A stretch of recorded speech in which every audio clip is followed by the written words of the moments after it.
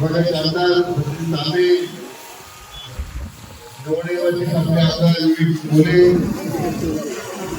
विजय पाटील, महाराष्ट्र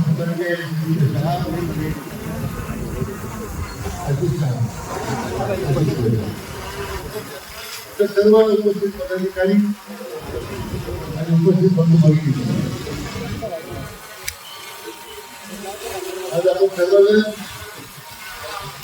हरिभक्तपरायण गुरुदेव महाराज आणि हरिभक्तपरायण नागरिकही त्यांच्या